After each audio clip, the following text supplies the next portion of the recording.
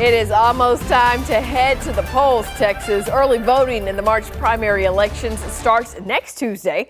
And today we're getting insight into how some of the key races may go, thanks to a new poll from the University of Houston's Hobby School of Public Affairs.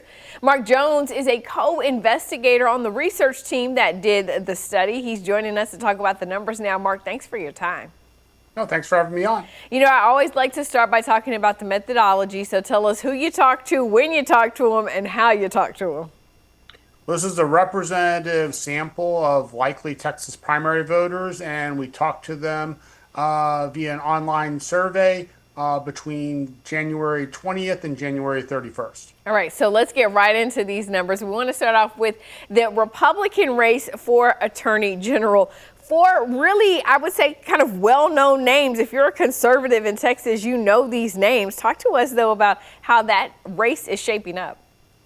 Well, there we have Chip Roy, congressman, who's in the lead with 33% of the vote. He's trailed by State Senator Mays Middleton from the Houston area with 23. Then we have Joan Huffman, a state senator also from Houston, at 13.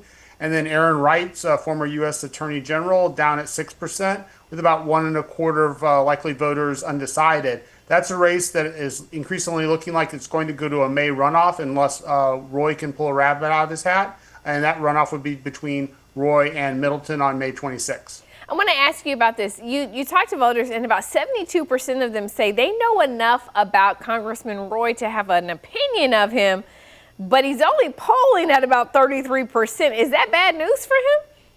Not really. They have a favorable opinion of him. Majority of people who know about him, they just prefer Mays Middleton or Joan Huffman to him. But if you're Chip Roy, I think you're feeling pretty good about these numbers. You have a lot of support. You have a decent amount of money. I think Roy would have liked to have gotten out of onto March 3rd with an absolute majority and avoided a runoff. But Mays Middleton has spent a substantial amount of money over the past few months and has vaulted himself into a secure second place, and I think looks headed on to a runoff with Roy. Wow. All right. Let's talk about the Democrats who are running for Attorney General. I feel like you're not seeing a lot of ads about the two. There's actually three of them, but the two in the lead, we've got State Senator Nathan Johnson and then Joe Jaworski, former mayor of Galveston, and they're pretty close in the numbers, right? Right. We can say with the survey, it's 25% for Johnson, 22% for Jaworski. That's a statistical tie. What's interesting there is that 40% of likely voters are undecided, and about 60% of Democratic voters don't know enough about either Jaworski or Johnson, and even a few more about Box to have an opinion of them. So, and unfortunately for those three candidates, they don't have a lot of money, so they're doing a little bit on digital and a little bit of TV. But I think there are going to be a lot of Democratic primary voters who are voting in the U.S. Senate race who enter the polling place during the next week or so with relatively little information about the two Attorney General's candidate. Yeah, work cut out for the voters there. Let's talk about the comptroller's race. This one is really interesting, I think, when you look at the numbers. Obviously, we have acting comptroller Kelly Hancock, who's got the endorsement of the governor, but he's still not polling at the lead in this. No, Kelly Hancock's in third place.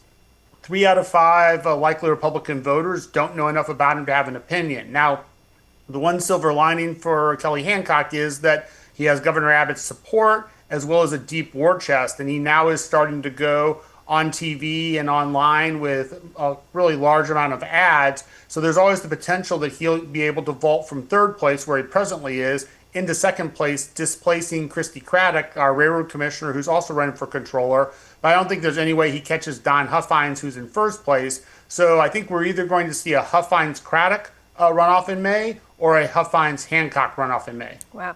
You know, another race where we see the governor's endorsement not necessarily translating to what voters, the ones that you polled, say, is the race for ag commissioner, right? We know that the governor has endorsed the opponent of Sid Miller, Nate Sheets, but Miller is still in the lead.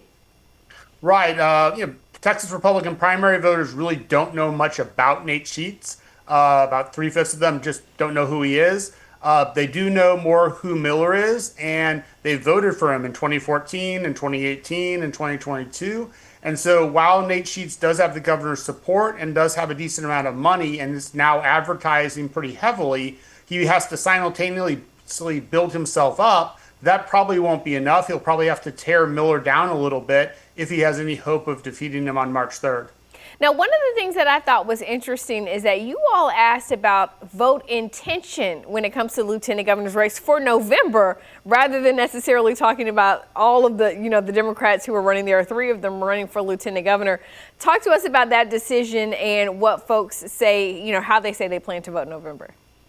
Well, I think, in the lieutenant governor race, while there are 3 Democratic candidates, State Representative Vicki Goodwin, I think, is head and shoulders above the rest. And you have limited space in these surveys. You can only ask so many questions. And so that was one we debated, but we made the decision that since Goodwin seems to have a pretty good track to capture the nomination, we rather use the space to test how she would do against Lieutenant Governor Dan Patrick in November. And that's a long way away with a lot of campaigning to do. But right now we find that she trails Lieutenant Governor Patrick by 5 points. Okay, so and that's kind of small, right?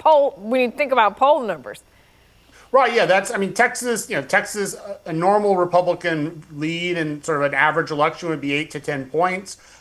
With President Trump in the White House and with his approval ratings not doing all that well, he's going to be dragging Republicans down nationally. So about 5% is, I guess, a number that we'd see is reasonable for where we are. Governor Abbott performs a little better against State Representative Gina Hinojosa in the gubernatorial race. He's ahead of her by 7 points.